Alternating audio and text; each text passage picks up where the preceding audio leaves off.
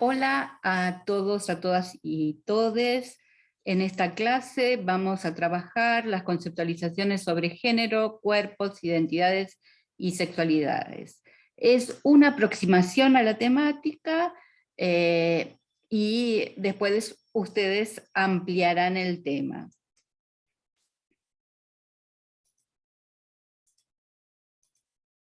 La Iglesia dice: el cuerpo es una culpa. La ciencia dice: el cuerpo es una máquina. La publicidad dice: el cuerpo es un negocio. El cuerpo dice: yo soy una fiesta. Esto es una frase de Eduardo Galeano.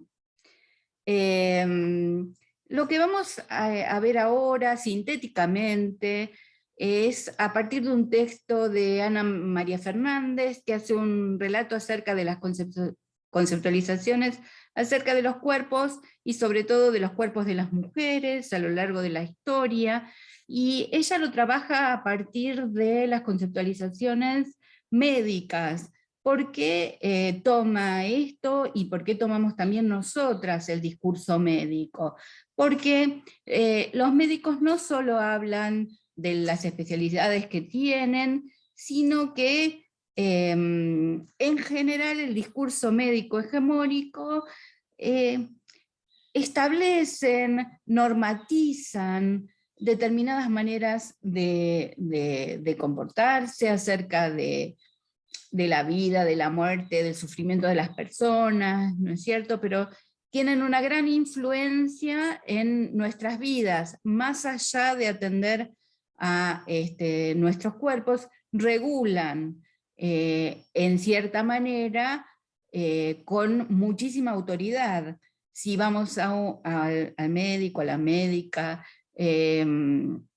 nos dice qué tenemos que comer, cómo tenemos que muchas veces criar y educar a nuestras hijas, nuestros hijos, nuestros hijes. Va más allá de la propia especialidad. Entonces, Ana María Fernández nos señala que en los egipcios lo que se encontró en los documentos, en esos papiros, que son documentos muy antiguos, ellos remitían que todos los malestares de nosotras las mujeres tenían que ver con una mala posición de la matriz. ¿Y qué es la matriz? El útero. Entonces todo el malestar tenía que ver con problemas uterinos. Fíjense, los egipcios, si les suena conocido a hoy en día, no es pura coincidencia, sino que tiene que ver concepciones a lo largo de la historia. Esto es lo interesante de mirar, esto es lo interesante de leer este texto, no es obligatorio, sino que yo les muestro un pantallazo del mismo, lo pueden buscar, pero lo que queremos mostrar es el contexto, digamos, en las que surgen las conceptualizaciones acerca de nuestros cuerpos. Entonces las mujeres estamos siempre expensas, ellos creían, de nuestros caprichos uterinos. Hay como una presencia, un misterio en el cuerpo femenino, y entonces el útero se lo concebía que migraba, por tanto, había que hacer que si estaba alto baje y que estaba bajo suba. Hasta ahí la medicina no tocaba a la mujer, no exploraba todo esto, es más reciente, y para que el útero suba, baje, se nos fumiga, se la fumigaba la mujer. Entonces, si tenía que subir, se ponía un olor agradable a la altura de la vulva, y si tenía que bajar, un olor desagradable a la altura de la nariz, ¿no? Entonces, permanentemente esta fumigación pero sobre todo mirar la concepción de que el útero bajaba y subía y que todos nuestros problemas dependían de ello. En Grecia, con Hipócritas, seguían sin tocar el cuerpo, había una representación, tenía que haber un equilibrio entre lo que llamaban los 4 humores del cuerpo, sangre, bilis, agua y flema, y fíjense, la regularidad de las relaciones sexuales daban el equilibrio femenino, porque si no, el útero buscará y migrará. Para ello, entonces, para que el útero no sea feliz y busque, recomendaban el matrimonio. Esto así parece, digamos, hasta jocoso cuando yo lo relato, por lo general en las clases, pero fíjense cómo y dónde nos coloca en el discurso a las mujeres y las, digamos, responsabilidades de nuestra anatomía y cómo se resuelve con el matrimonio.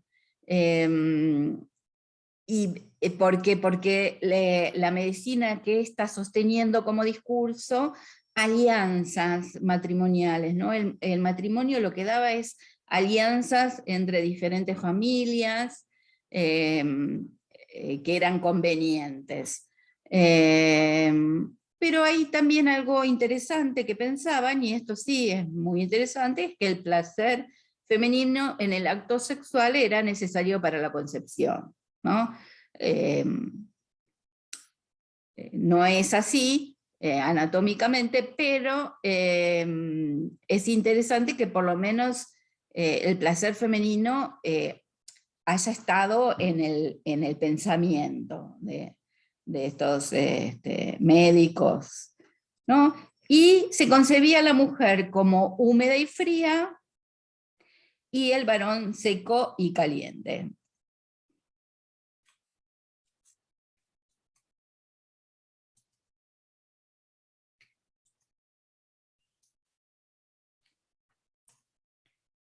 En Platón, fíjense que concebía lo alto como lo superior, lo bajo como lo inferior, el hombre tiene el alma en su cabeza, las mujeres seríamos hombres defectuosos, la mujer tiene la matriz y lo bajo, y teoriza sobre la inferioridad femenina.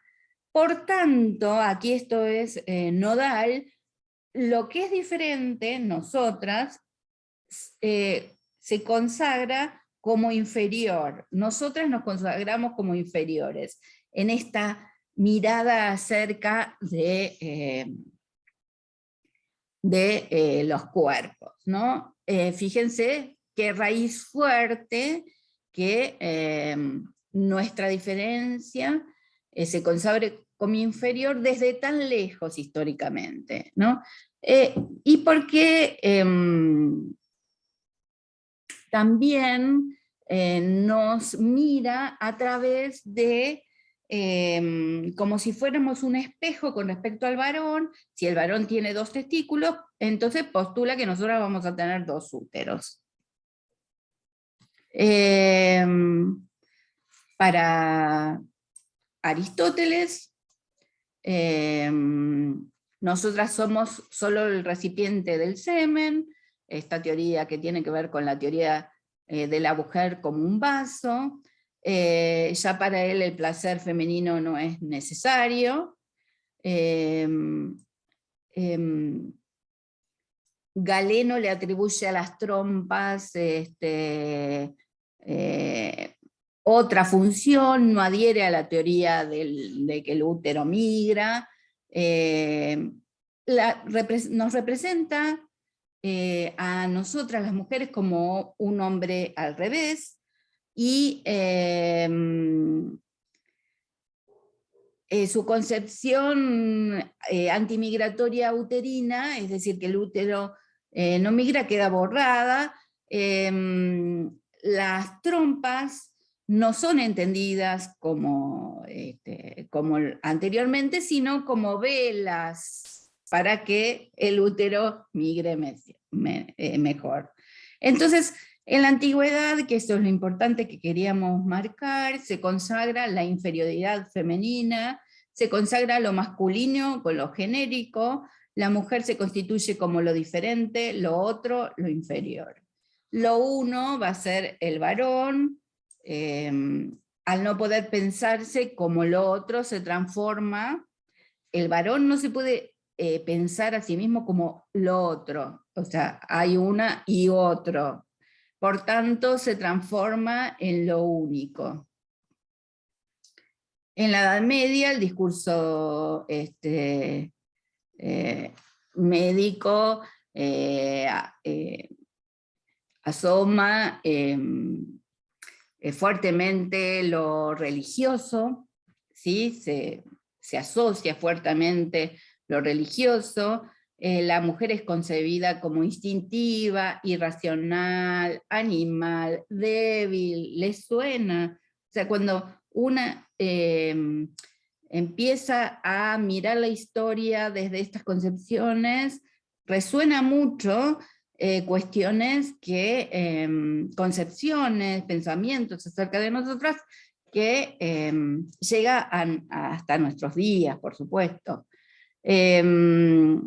Y una concepción de que el saber que nosotras podíamos llegar a tener nos ponía en el lugar de brujas, son saberes populares, y que tenemos un deseo insaciable. Y que la mujer es una permanente tentación, ¿no? Una mujer que apasionara intensamente a un hombre o que se apasionara por él, caía bajo sospecha de posesión satánica. Pero fíjense esto, que es una continuidad del discurso religioso, el discurso bíblico, que la mujer aparece como ofreciendo una manzana, el pecado, como aparece en el texto bíblico. Es la mujer, somos nosotras, fíjense cómo es tan profundo, que es lo que cuesta desanudar para tener otra posición social.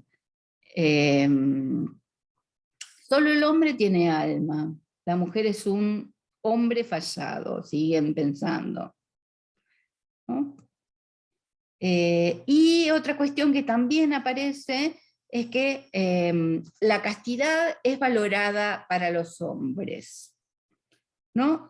La castidad es muy valorada, y fíjense la castidad como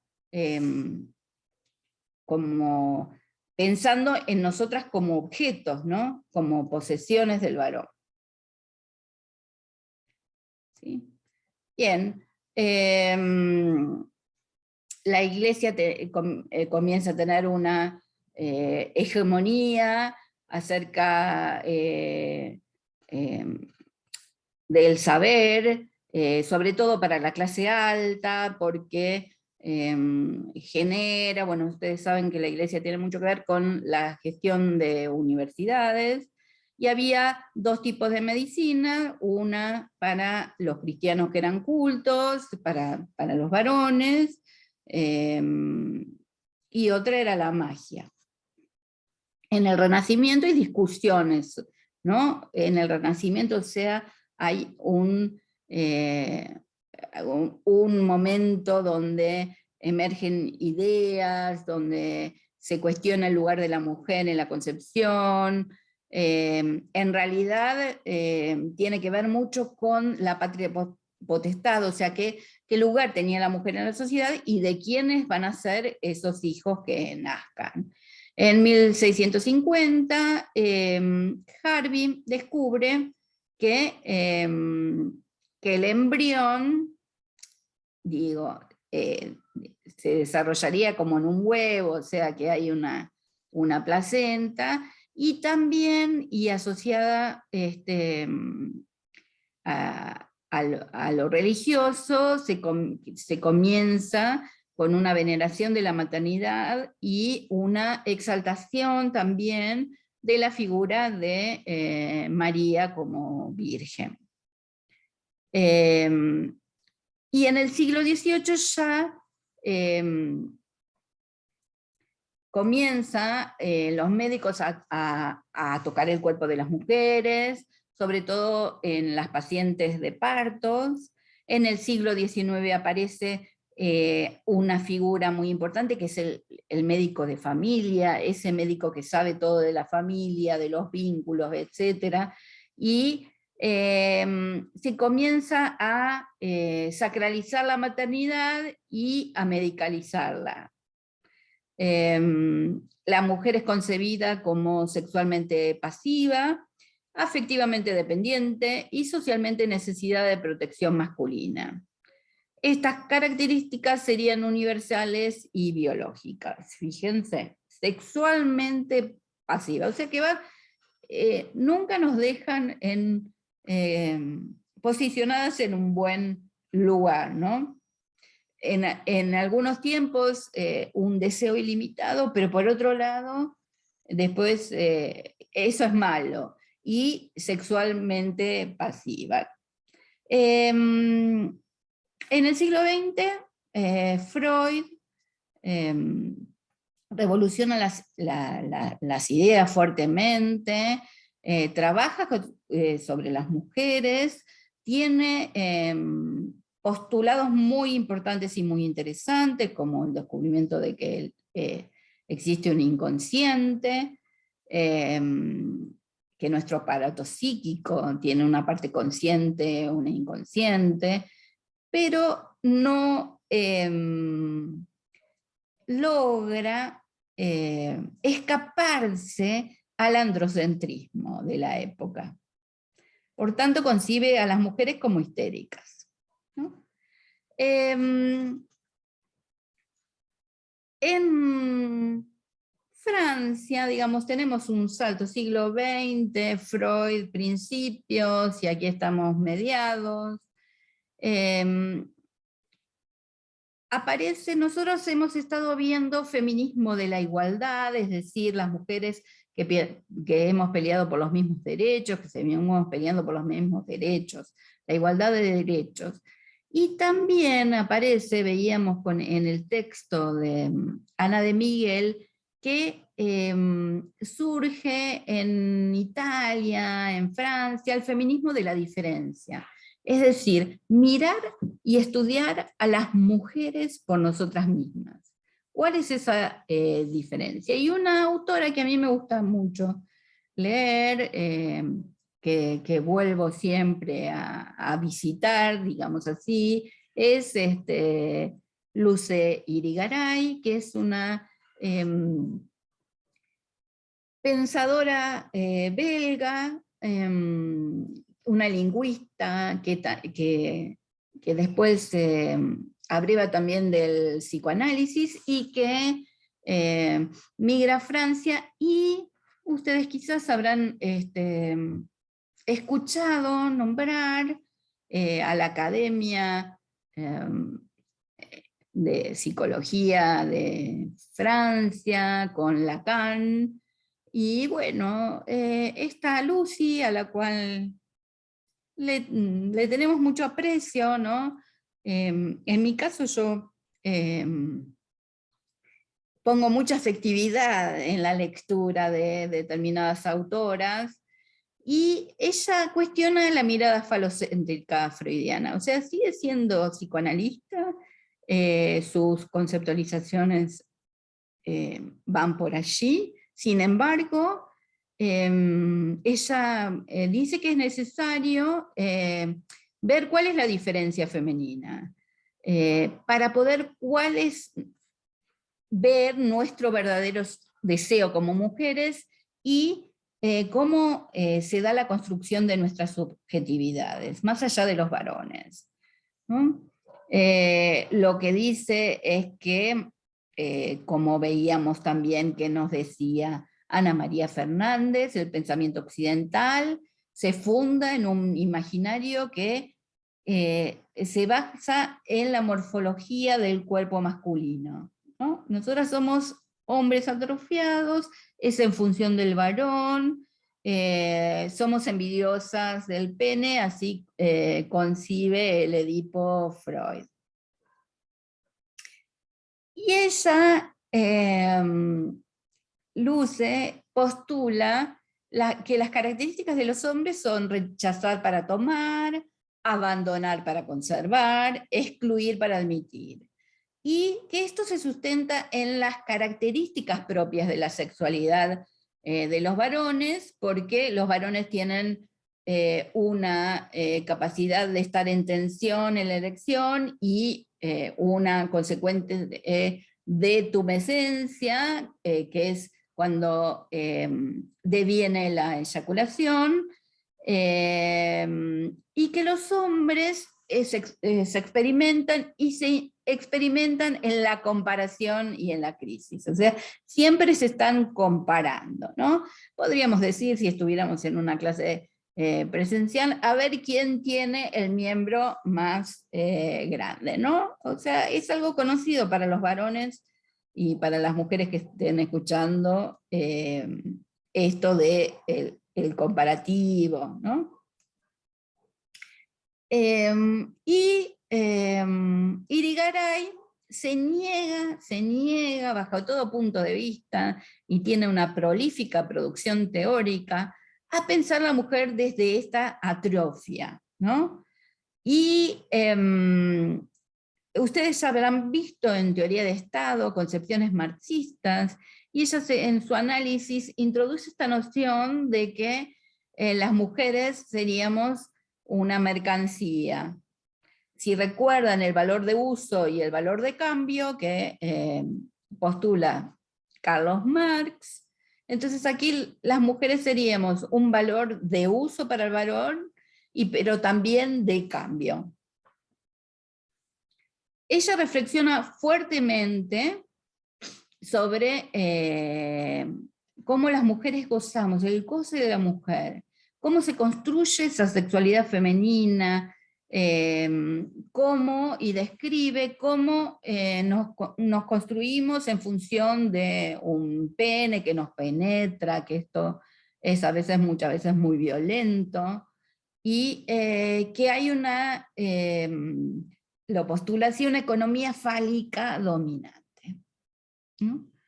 En la mujer dice que el cuerpo es, en general, es expuesto a un deseo que no es el nuestro, el de las mujeres, que establece un estado de dependencia a ese hombre, ¿cierto? La mujer está dispuesta a cualquier cosa, volviendo incluso a pedir que ojalá él la tomen como objeto de ejercicio de su propio placer. Fíjense, volvamos.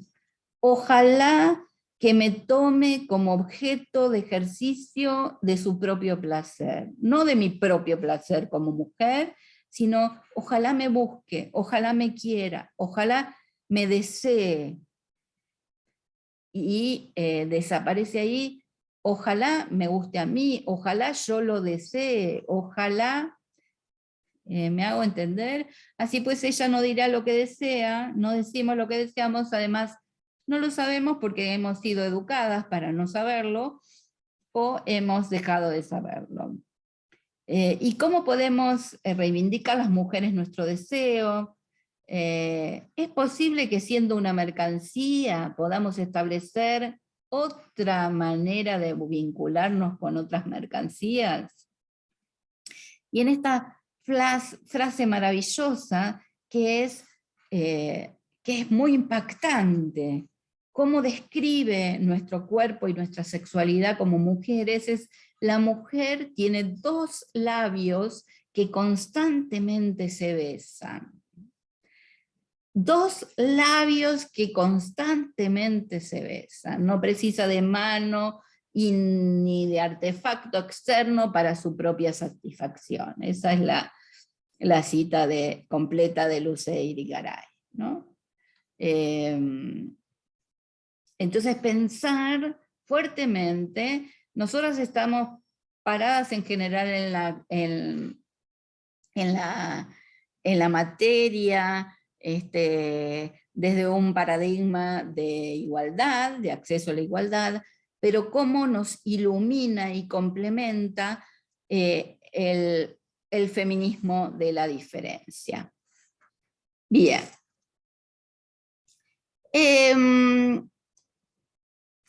Breve fue, muy breve, pero vieron que es muy impactante lo que acabamos de ver, tanto de Ana María Fernández como de Luce Irigaray. Entonces, ahora pasaríamos a ver algo que también nos resulta nodal para la materia, porque ustedes van a acompañar a personas de acceso a políticas públicas, o van a tener que referir en los medios de comunicación para los que estudian en comunicación, o van a ser docentes, profes de filosofía, ¿no? Profes de ciencias de la educación, profes de historia. Entonces,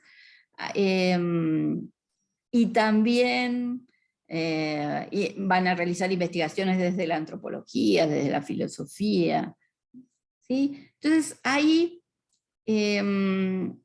un concepto que vemos en la materia que es fundamental, se refiere a la identidad de género.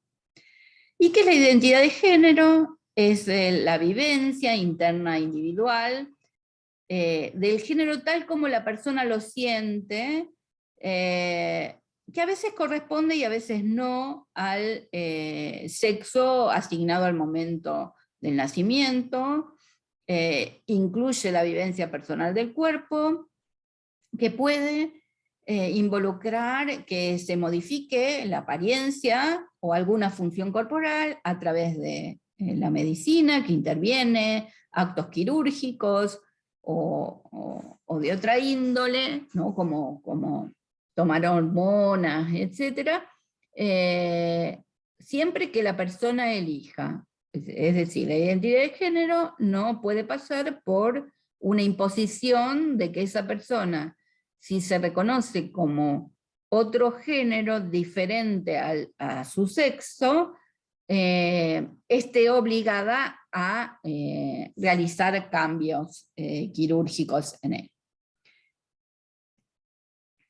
¿Qué es la expresión de género? La expresión de género es cómo vivimos la vestimenta, los modos de hablar y los modales. Esto no quiere decir que seamos una disidencia sexual, o sí, ¿no es cierto? Pero dentro de las personas sabemos varones, mujeres, que tenemos diferentes modales y formas de hablar, algunas se dicen más femeninas, otras más masculinas, ¿no? Y hay también personas que se reconocen no binarias, ni varones ni mujeres. La orientación sexual se refiere a la capacidad de cada persona de sentir atracción emocional, afectiva y sexual por personas de un género diferente al suyo o al mismo género, de más de un género, así como la capacidad de mantener relaciones íntimas y sexuales con estas personas. La orientación sexual es esta atracción emocional, afectiva y sexual hacia personas del mismo, de diferente género o más de un género. Esta puede cambiar o mantenerse igual a lo largo del tiempo. Esta es una cita de un cuadernillo que ustedes van a tener que leer, que es de la ley a la práctica. ¿Y qué es trans? Lo trans alude a identidades de género, travestis, transexuales y transgéneros. Todas las identidades trans refieren a una vivencia de género que no corresponde al género asignado al nacer. Usualmente se refiere a masculinidades o feminidades trans. Transgénero refiere a distintas expresiones de género, indica una transición hacia otro género. Siempre tenemos que respetar y preguntar a las personas cómo ellas se reconocen. No tenemos que prejuzgar ni asignar nosotras ni una orientación sexual por nuestros propios prejuicios o por acerca de estas cuestiones. Y la intersexualidad como concepto, esta es extraído de un texto de Mauro Cabral, es un filósofo que se dedica a investigar sobre las cuestiones intersex, a veces escribe con Diana Mafia, refiere a condiciones que no se ajustan a las expectativas físicas y anatómicas definidas y esperadas por las ciencias médicas para varones y para mujeres. Los bebés intersex nacen con genitales y órganos reproductores que no responden a patrones culturalmente aceptados para la anatomía. Se estima que 1 de cada 200 nacimientos que se producen en el mundo es intersex. Cuando nace, si no cuadra el tamaño, la forma, etcétera, la medicina lo que ha hecho es intervenir fuertemente sobre los cuerpos y decidir o es una mujer o es un varón. Entonces, es muy importante tener presente esto, no decidir sobre los cuerpos a muy temprana edad de manera de mutilar esos cuerpos, ¿no? El médico decide, entonces opera, corta, saca, según su representación acerca de ese cuerpo. Bien, en